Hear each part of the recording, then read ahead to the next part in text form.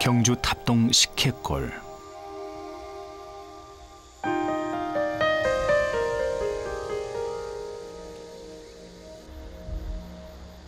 김혜자 노비장이 이곳에 터를 잡고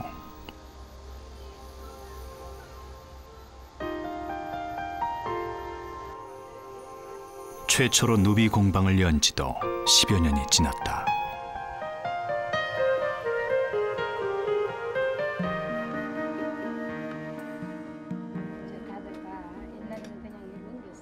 살림집을 겸한 그의 누비 공방엔 그 10여 년 전이나 지금에도 제자들이 발길을 잇는다.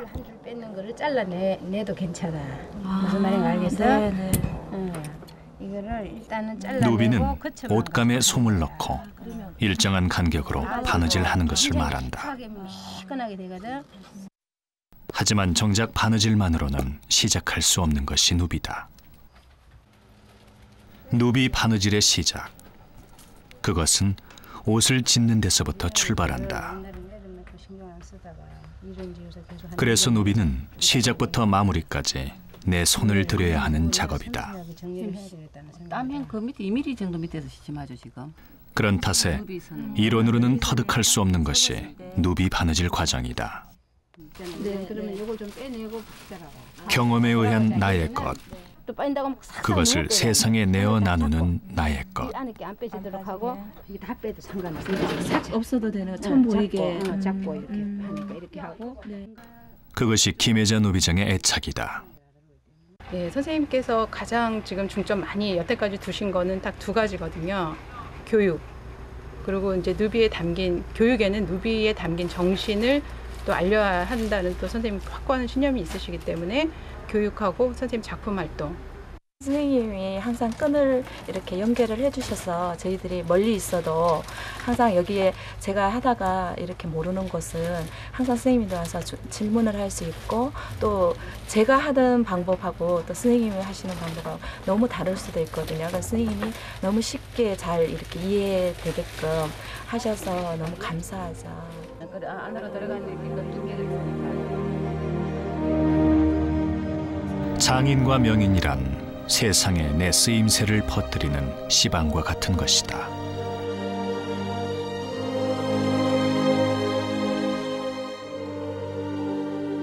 바느질에 있어 실과 바늘, 그 무엇을 따로 떼어 생각할 수 없다. 그렇듯 노비장 김혜자는 바느질과 따로 떼어 생각할 수 없는 그런 삶을 살아왔다.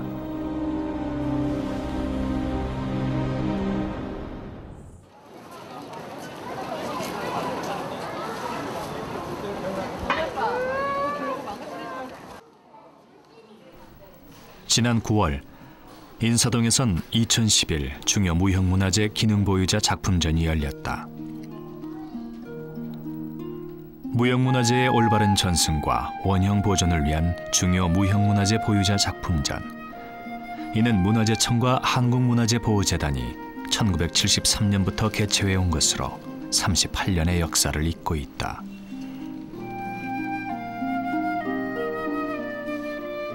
그 40년 가까운 그 불혹의 세월 속에서 만나는 15년 역사의 작품 한 점. 김혜자 노비장의 누비 두루마기다.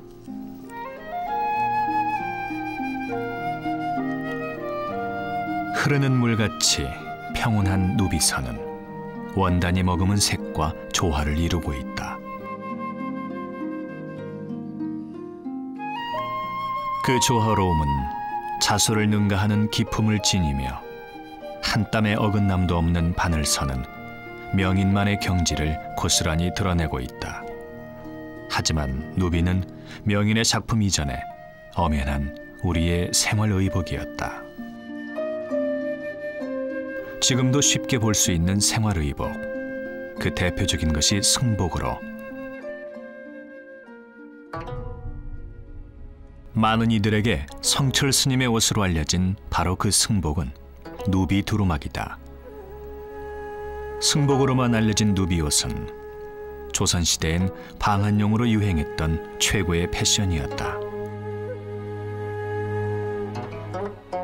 조선시대 화가 신윤복의 풍속도는 얼마나 다양한 누비 옷들이 당시를 풍미했는지 그 증거들을 제시하고 있다. 그리고 당시 누비는 선비와 기생들만의 전유물이 아니었다.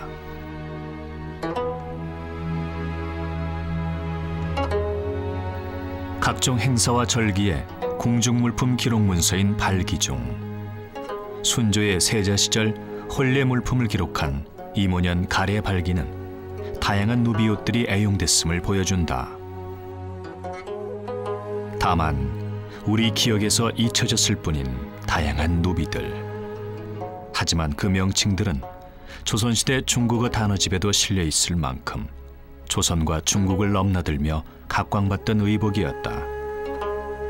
그 잊혀진 누비를 현대에 재현해낸 사람.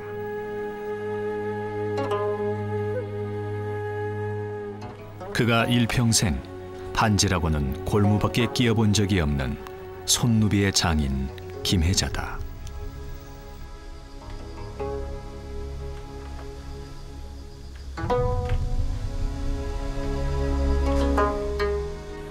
근대화 바람을 타고 재봉틀이 들어오면서 여자들은 손에서 바늘을 놓아버렸다.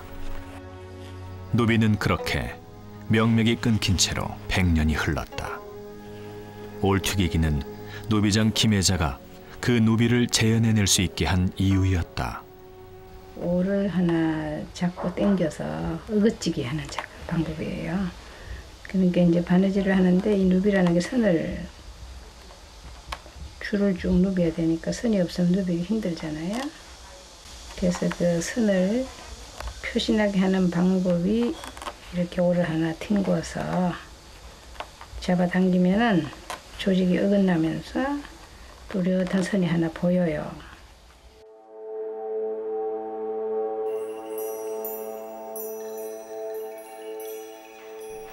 누비 바느질은 길을 따라 바느질을 해나가는 작업이다.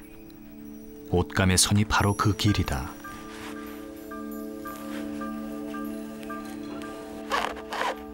올튀기기는 옷감에 그런 바느질 길을 내는 기법이다. 옷을 누비기 전에 반드시 거쳐야 하는 바늘땀의 간격을 정하는 일. 김혜자는 그것을 옷감에서 정해진 간격에 맞게 시실 한 줄씩을 빼서 줄을 내는 기법을 고안해냈다. 선이 없이 누비 보면은요, 아무리 정확하게 하려고 해도 왔다 갔다 해요. 좁았다 넓었다 이러면서 어긋나고, 제가 이 자리에 오게 된 가장 큰 어떤 힘이 이 간단한 올 튕구는 방법이 100년이 꺼내졌어. 그리고 한복의 대가들이 이 방법을 터득하지 못해가지고 누비에 아주 정교한 데까지 접근을 못했어요. 그러다 어느 날 이 방법이 연구되고 나서 저 역시 아주 섬세한 바느질을 하는데 이제 할 수 있게 된 거죠. 너무나 쉬운 방법이죠. 제가 이거 개발하고 이거 알아내고 나서는 굉장히 허탈했어요. 한동안은 너무나 간단한 방법인데 이거 못 찾아서 사람들이 이 좋은 누비를 재현을 못했으니까 그 후에 이제 아주 정교한 장품은 다 유물들을 다 이제 재현할 수 있고. 그는 20년 전 전승공예 대전에서 국무총리상을 받았다. 그가 출품한 노비는 조선시대 무관이 입던 공복의 한 가지인 천릭을 재현한 작품이었다. 그 천릭의 누비 간격은 0.3cm였다. 0.3cm. 사람들은 그 누비 간격에 신기해했다. 올튀기기는 그 신비감을 이제 누구라도 할 수 있는 기법으로 정착시켰다.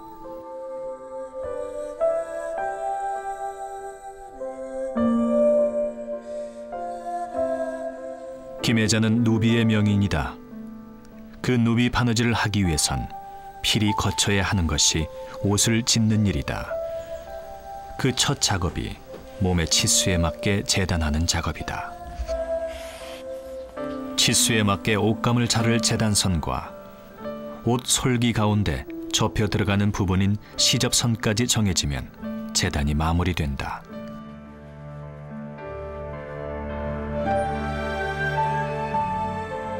재단은 꽃들이 제 몸에 맞는 향기를 마련하는 일과 같으며 꿀을 모으기 위해 반드시 꽃이 필요하듯 옷을 짓기 위해 갖춰야 할 필수 과정이다.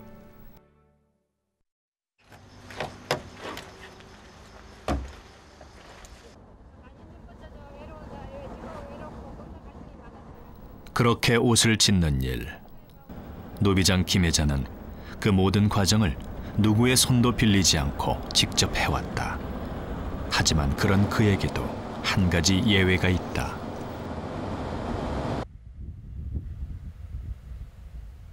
그것은 바로 옷감을 마련하는 일이다. 아이고 우리 어머니 잘 계셨어요? 이제 장미나를 출근했어. 선생님 와가지고 또 기다리면 또 의아는 싶어라. 그럴 건 아니시고. 내가 노란 거는 어머니가 주시고. 노비옷은 주로 명주천이 옷감으로 사용된다. 그 명주천을 마련하기 위해 김혜자는 전통적으로 명주를 짜는 이곳 두산마을을 자주 찾지만 올해는 이게 어머니가 그 중에서도 김영자 할머니와는 특히 각별하다. 마을에선 모두들 노예고치를 직접 삶아서 생명주실로 명주를 짜지만 김영자 할머니는 그 솜씨가 명인 수준이기 때문이다. 그나마도 우리나라에 유일하게 이제 손으로 짜서 이렇게 보존하면서 실제 이걸 이제 어머니 손으로 다 문외를 그거 실을 뽑아서 하거든요. 그러니까 뭐 상품 가치로서는 최고죠.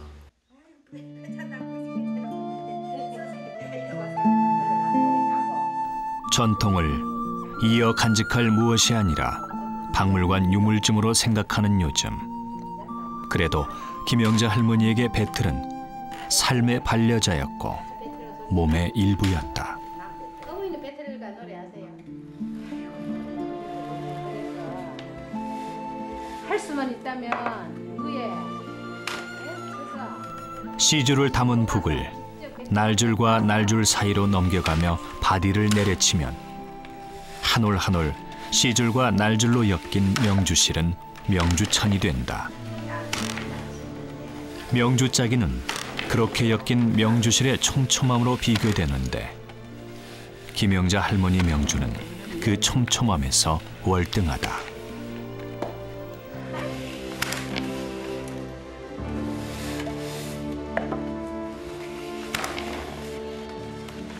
명인과 명인과의 만남. 김혜자 노비의 바탕은 그렇게 손명주와 손누에가 시줄 날줄로 엮어낸 인연이자 삶과 삶이 직조한 세월이다. 힘든 작업이라도 옛날에는 이거야 이랬지 뭐 옷으로 해입을 게 없었어요. 여름살은 사물을 삼아가 했고 동복을 이제 목하러 숨가가 이제 그거로 이제 다녀가. 그 설에 뭐 어떻게가 입도록 머슴들 동복 해주니라고 그 요번 말로 여다 하노. 시집오니까 식구가 12이다. 승마 자세가 건강에 좋다 하는데 한 땀 한 땀 누벼 완성하는 누비는 또 그렇게 한 올 한 올 엮어 완성하는 명주에서 비롯된 운명인지도 모른다. 김영자 할머니의 명주는 이제 노비장 김혜자의 손에서 눈부신 변화를 일으킬 것이다. 일단 그 원단 자체가 순수하기 때문에 상당히 질기다고 해야 되겠죠. 그다음에 염색하기 좋은 조건으로서는 최고죠. 다른 데는 화학 처리가 안 됐으니까 염색이 아주 잘 돼요. 뭐 또 더 좋다면 이렇게 할머니 분들이 직접 정성껏 짰다는 그 의미 하나만 가지고도 저희들이 정말 그 눈에는 안 보이지만은 이 물건에 대한 그런 정성이나 가치관을 심어도 부족할 게 없을 것 같아요.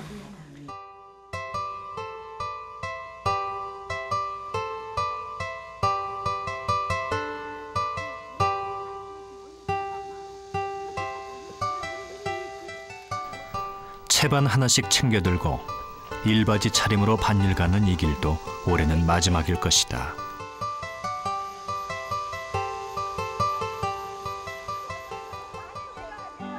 8월의 끝자락은 쪽 수확의 마지막 시기다.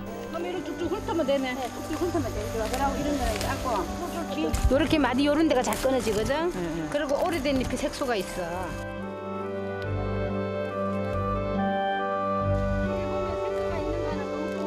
노비장 김혜자는 쪽물을 얻기 위해 10년 전부터 직접 쪽밭을 일궈왔다. 이게 알코올에 담가보면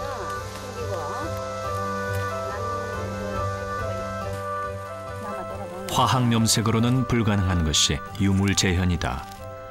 지금은 어느 정도 보급돼 있지만 그가 유물 재현에 빠져 있던 때는 쪽하는 사람이 없었다. 그런 탓에 어쩔 수 없이 시작한 쪽 재배였다.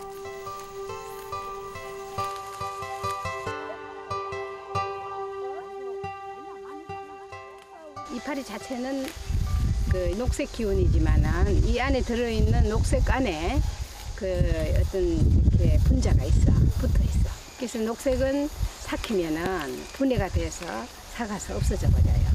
녹색은. 그리고 이제 인디고라는 그 어떤 그 분자가 말하자면 남색을 낼 수 있는 그 청색나는 그런 어떤 그 분자가 이 안에 들어있다고요. 그래서 우리가 이거를 이제 이 자체가 가지고 있는 성격을 잘 분해해가지고 색소만 이제 뽑아내는 아주 공정 과정이 아주 복잡합니다. 예전엔 흔히 볼 수 있었던 쪽은 화학 염료에 밀려 사람들의 기억에서 지워졌다. 그 모습조차 기억하고 있는 이 드문 쪽풀. 그래도 쪽풀이 담고 있는 색은 여전히 하늘빛이다.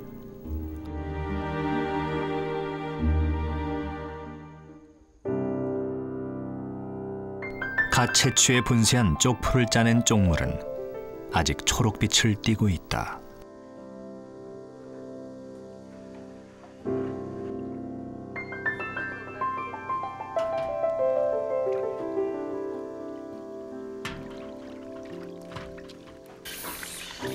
자연에서 얻는 색은 화려하지도 되바라지지도 않는다. 김혜자는 그 색을 누비옷에 입히고 싶어 직접 염색을 해오고 있다.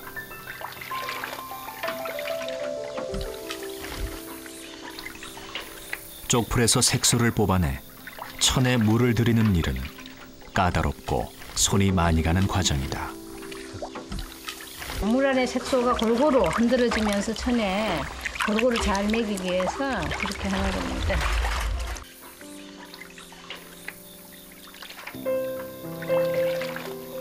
천에 골고루 색소를 먹이고 나면 쪽물에 담궜던 천을 찬물에서 헹구는 작업이 이어진다.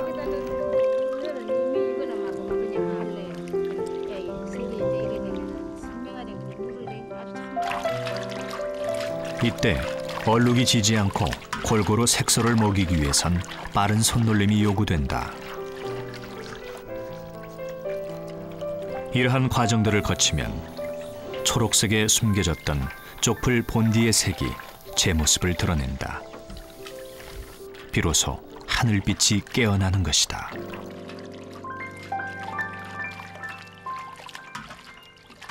쪽은 정말 그 신기한 게 많아요.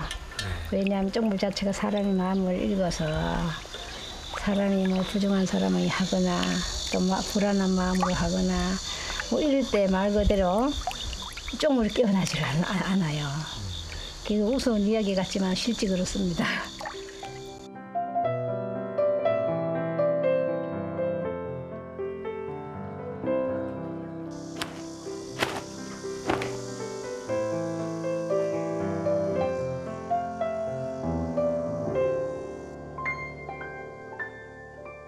사람의 정성과 햇빛과 바람, 그 자연의 정성이 보태어져 깨어나는 쪽물은 자연의 미묘한 변화까지도 품어낸다.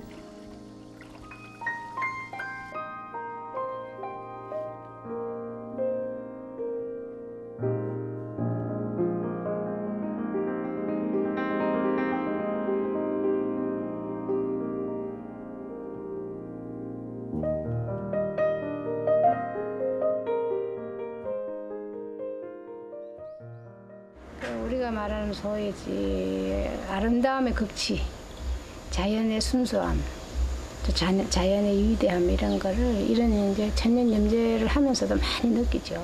뭐 어떻게 해도 자연스럽기 때문에 그 아름다움이라는 것이 막 크게 달할 만큼 좋고요. 또 황염색이 갖고 있는 건 달아보면 벌써 독소가 나오거든요.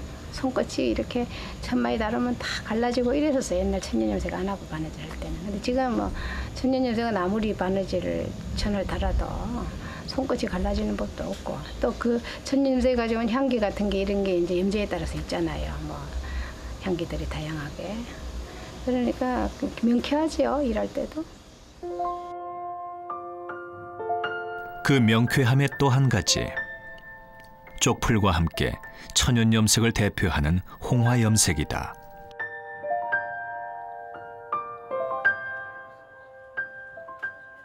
홍화는 붉은색과 황색을 동시에 얻을 수 있는 염색제다. 특히 오미자를 함께 사용하면 홍화 본연의 색을 깨우는 뛰어난 발색 효과를 기대할 수 있다.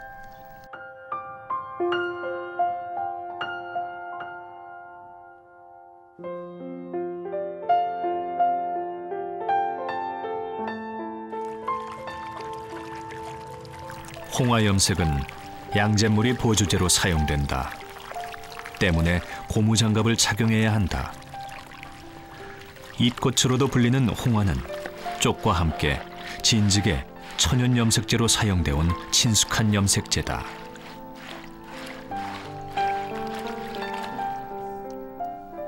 그 쪽과 홍화와 함께 김혜자는 다양한 천연염색제를 활용한 갖은 빛의 천을 누벼왔다.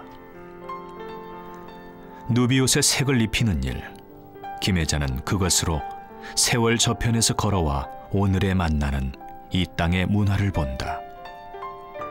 천연의 색이 주는 자연의 오묘함과 그 아름다움의 절정에 바늘길을 내며 그 외줄기 길을 걸어온 세월. 김혜자는 그 길 위에서 바느질을 한다. 김혜자 선생님이 하는 작품은 대부분 다 식물 염료를 사용해서 지금 누비를 하고 계셔요.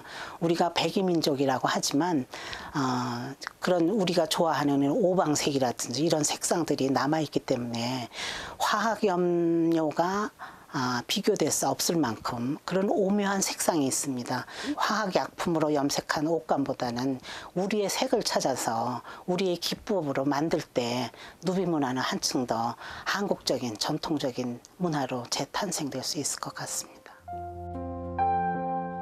전통 색과 전통 누비 바느질 기법으로 새롭게 탄생하는 누비 문화. 김혜자는 그 현장을 지켜왔다. 30년을 붙여 살아온 반지꼬리와 함께 그 반지꼬리 속에 손때 묻고 몸에 익은 것들과 한 평생 끊겨 잊힌 전통을 깊고 여며 세상에 그 쓰임새를 보탰다. 그 과정이 사무치게 애달프고 고통스러워 인고봉이라 불렸던 바느질.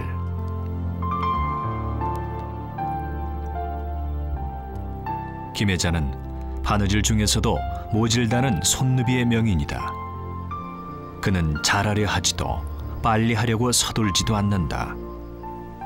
그저 어지러운 생각만 내려놓으면 스스로 마음이 밝아져서 눈을 감고도 바늘귀를 꿰는다고 믿는다. 그에게 누비는 그런 기도다.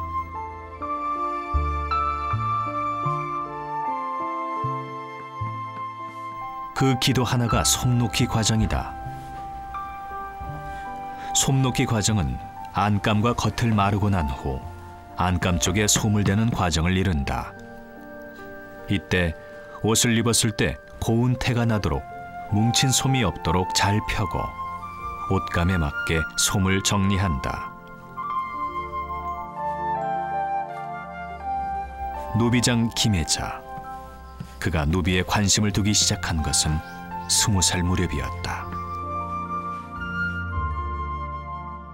그 시절 그는 큰 스님 밑에서 시봉살이도 하며 이 산 저 산을 떠돌며 방황하던 때였다.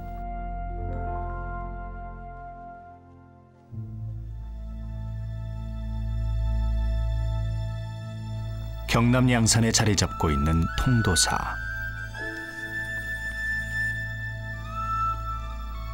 부처님의 진신사례를 모시고 있는 천년고찰 통도사.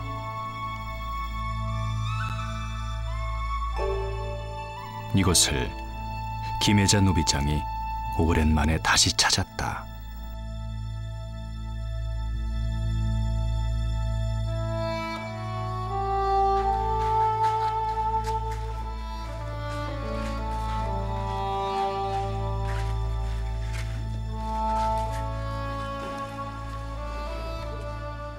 통도사는 그의 그 20살 인연이 닿아 있는 여러 산문 중 한 곳이다.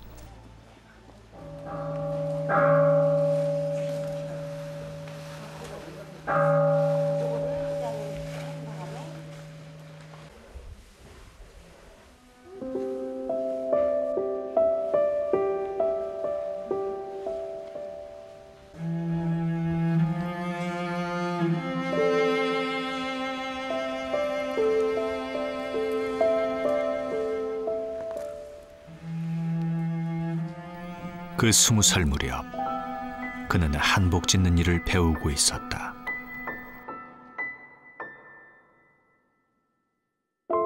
어지러운 마음을 다스리려 산을 떠돌다 이곳에 놓은 인연 하나가 어느새 40년 전 세월이다. 한참 그 생각이 많은 시절에 그 여기 계신 어른의 글을 보고 좀 반해가지고 징견하러 왔다가 또 큰 스님 밑에서 한 1년 있었습니다. 지나고 생각해 보니까 그런 이제 불가의 정신적인 어떤 그런 부분들이 있는 게 누비거든요. 그리 전혀 인연이 없다고 못하고 시작의 발단이 여러 가지 이제 종합적인 원인이 있는 것 같아요.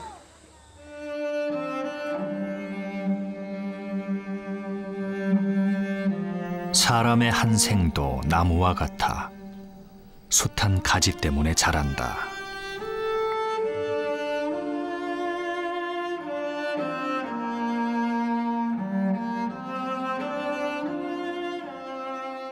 김혜자는 오래된 한 가지에서 잊고 있던 세월의 잎들이 흔들리는 바람 소리를 듣는다.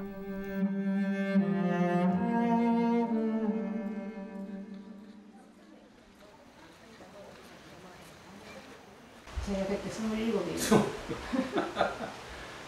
27살? 네. 아, 그래.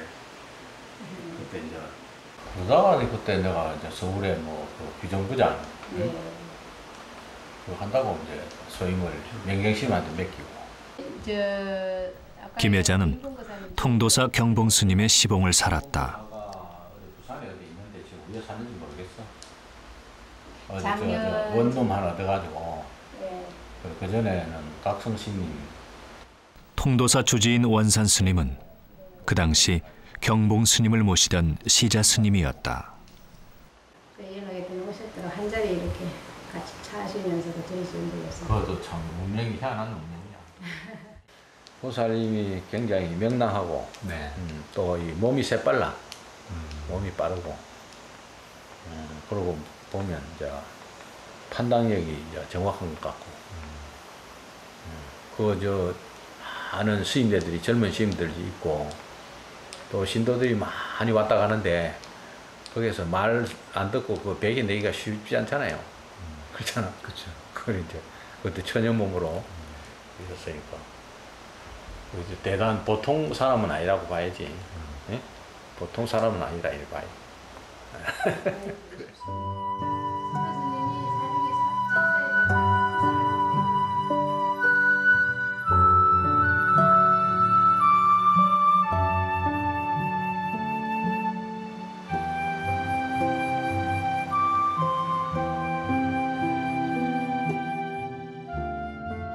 그 무렵 그때였다. 절로 산으로 인연을 놓으며 한복을 배우던 그 20살 적 김혜자는 우연히 보게 된 누비옷 한 벌로 누비의 길로 들어섰다.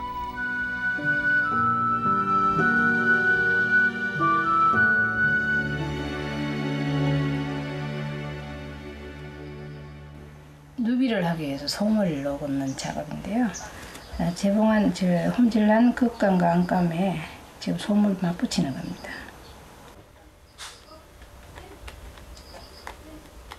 그의 스승은 수덕사 비구니 출신 황신경이었고 솜 놓는 법도 그때 익혔다. 처음에는 방황하던 마음을 다스려볼 생각으로 시작했던 누비 바느질이었다. 그리고 그 매력에 빠져들면서 그는 고문헌을 뒤지며 누비 재현에 몰두했다. 그렇게 보낸 30년 세월은 그를 명인의 경지에 올려놓았다.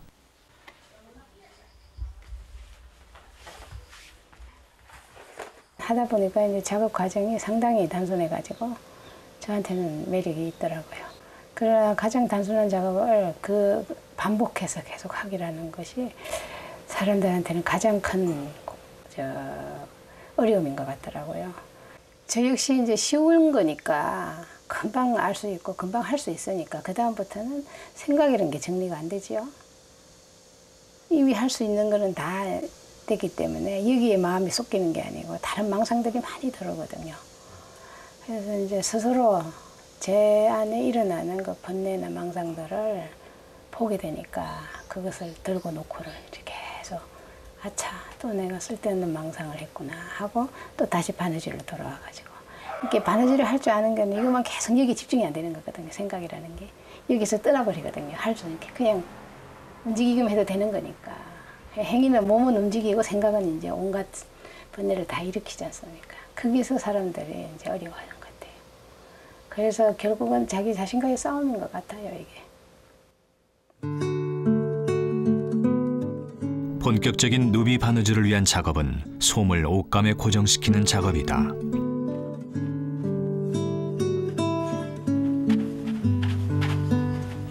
옷감에 솜을 고정시키고 나면 남아서 웃도는 솜을 다시 한번 정리한다. 보이지 않는 곳까지 신경 쓰는 세심한 배려. 그것이 명인의 남다름이다.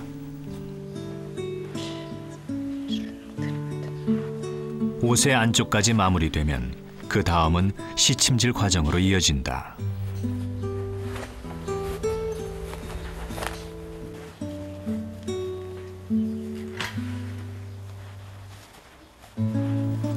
그 시침질을 위해 솜의 끝뿌리를 남기고 겉감과 이은 다음 겉이 나오도록 뒤집어준다.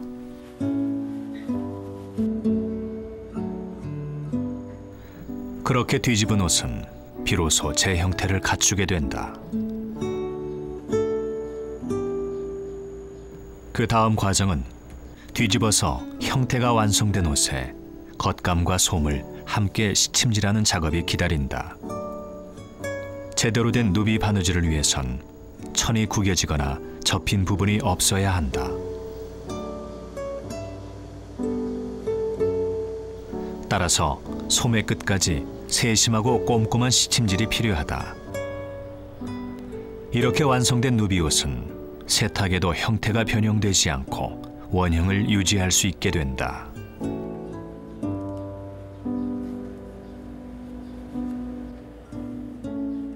누비는 겉과 안 사이에 솜을 넣고 규칙적으로 홈질을 해주는 것을 말한다. 사전적으로는 쭉쭉 줄지게 박는 것을 말한다. 하지만 어느 것도 누비의 참모습이 아니다.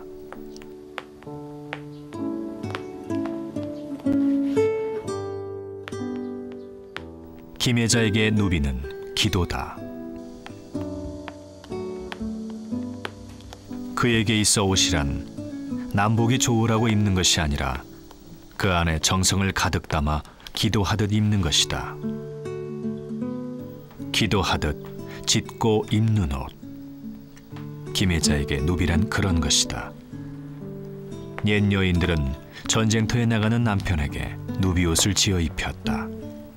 진심 어린 정성은 화살도 피해간다 믿었던 때문이다. 때문에 누비는 방한용이면서 동시에 애군을 물리는 소망의 옷으로 여겼다. 바늘에 실을 꿰어 꿰매어 가기만 하면 되는, 그래서 누비는 누구나 할 수 있는 단순한 작업이다. 그러나 그 반복적인 단순함 때문에 누구나 쉽게 할 수 없는 것 또한 누비다. 때문에 누비는 한 벌의 옷이 아니라 하늘을 감동시키는 정성으로 여겨져 왔다. 지극정성으로 짓는 소망의 옷. 노비장 김혜자는 그렇게 하나의 소망을 완성했다.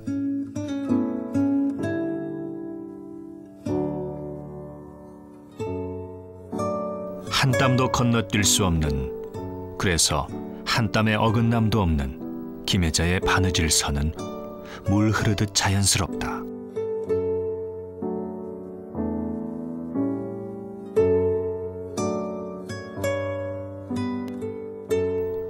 그 정성은 간격에 따라 누비를 구분하는 잔누비, 중누비, 드문 누비나 짓는 옷의 크기에 차별을 두지 않는다. 글쎄요, 뭐 차이라고 할 건 없지만 작은 건 작은 그대로 공들고 또 작을수록 뭐 손 안 가는 거 아니니까 단지 시간이 덜 걸린다는 것 뿐이고 큰 건 시간이 많이 걸린다는 데서 이제 차이점이 있고 이제 이 작품을 하다 보면 저희가 늘 느끼는 게 아까도 이야기했지만 한국 문화가 수성하다고 할 수 있는 것 중에 이 행위 자체가 이걸 하는 행위 자체가 이미 어떤 세속적인 기교나 또 아니면 욕망이나 이런 걸 초월해서 작업을 하기 전에는 이 완성을 할 수가 없거든요.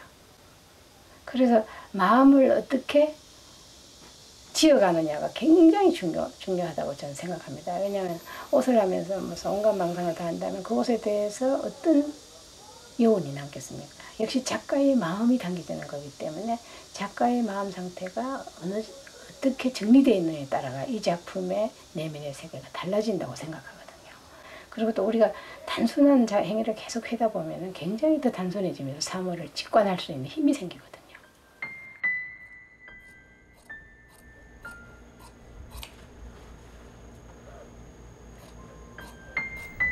한 것을 바라보는 지극한 고집은 아름답다.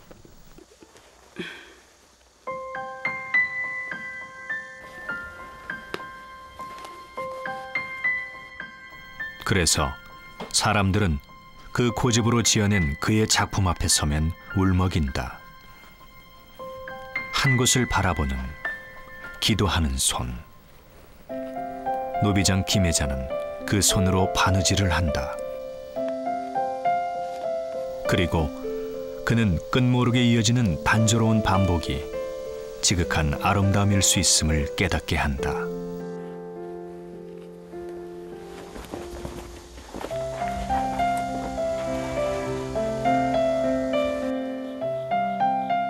바늘 한 번 지나간 자리, 눈에 띄지도 않는 그 한 땀 한 땀으로 노비장 김혜자가 열어놓은 세상은 아름답다.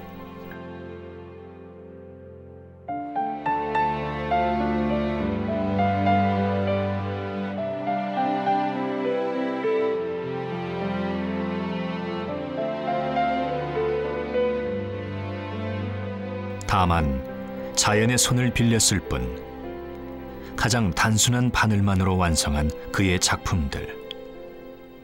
그 낱낱은 바늘로 그린 세상에 오직 한 점뿐인 그림이다.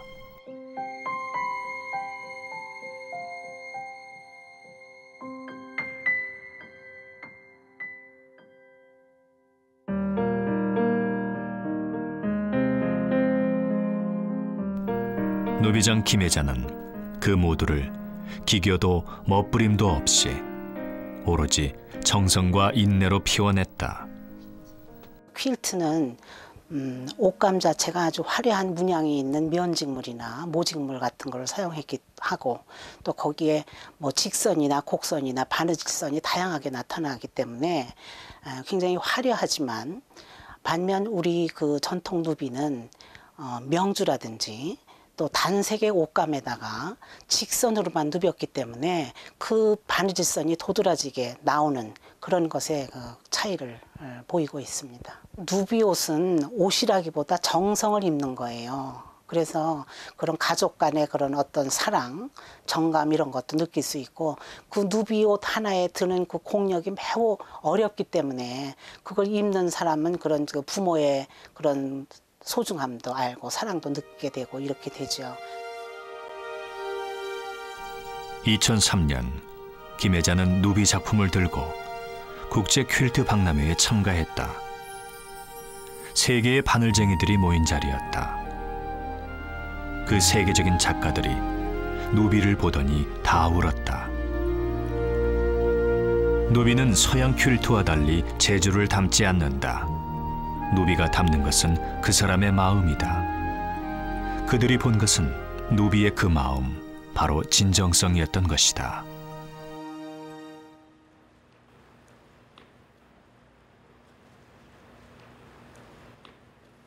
여러분들이 이 공개 행사는 의무적인 건 아니지만은 최소한 이 문화를 위해서 좀 애써주시기를 부탁드릴게요. 문화를 아시고 또 마음도 덕도 다 가지고. 김혜자와 그의 제자들은 누비문화연구원에서 특별한 세미나를 열었다. 그다음에 이제 다리 속옷 아까 보셨지만 제가 국내 최초로 시도하는 누비 속옷에 대한 세미나였다. 그래서 이제 다리 속옷은 오늘날의 팬티 같은 기능을 하고 하체의 가장 안쪽에 입는 속옷이기 때문에 속옷은 전통에서 이제 탈피를 하게 됩니다. 이제 남자들보다 여자들의 옷이 훨씬 더 보수적이에요. 이때는 이런 식으로 다 이날의 주제 강연은 의리학 박사 과정에 있는 유선희 씨가 맡았다. 김혜자 누비장은 지속적으로 교육과 작품 활동에 주력해왔다.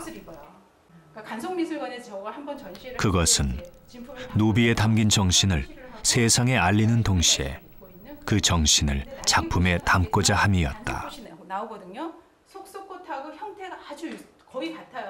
제자들이 준비한 세미나에서 그 보람 하나를 본다. 제가 그 보유자 된 지가 15년이고 강의한 지가 20년이에요. 20년 동안 여기서 그래도 저를 거쳐간 분들이 적어도 한 1,500명 되는 데서 남은 분들입니다. 저희 그나마도 남은 제자들이 뜻이 뭐 문화에 대한 어떤 의지가 있어가지고 우리가 열심히 이거라도 지원을 해서 곳의 사람들한테 보여주자 모임이에요. 내년에 전시를 하는데 올해는 그러면 우리가 공부부터 시작을 해보자. 작품 바느질 하기 전에 이론적인 공부를 하고 그걸 바탕으로 해서 바느질을 하는 것이 좋지 않겠냐 해서 오늘은 그 첫 번째로 이제 이론을 공부하는 자리였어요.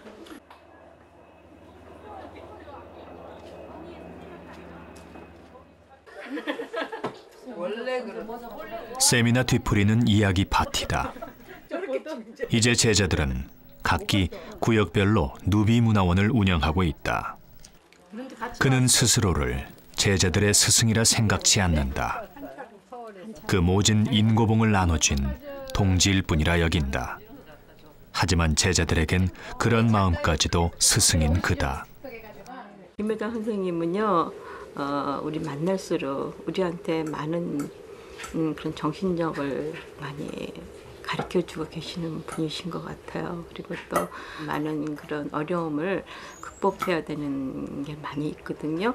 근데 그런 어려움을 극복하는 하나의 그런 지혜를 주시는 선생님이 아니신가 그런 생각이 듭니다. 제 최고의 스승이지요. 저를 이렇게까지 자신을 돌아볼 수 있게 한 것이기 때문에 저에게는 가장 큰 스승이라고 저는 생각합니다. 많은 세월 동안 깨닫고 느끼고 체험한 것이 결코 저는 헛된 것이 아니었고 또 하면 할수록 이거에 대한 어떤 매력이라는 게 너무나 많은 체험을 통해서 느꼈기 때문에 정말 친구이자 스승이자 또 나의 생활을 연명시켜주는 하나의 정말 방편이었지 않습니까? 그래서 참 좋은 인연인 것 같고 좋은 직업이었다고 저는 생각합니다.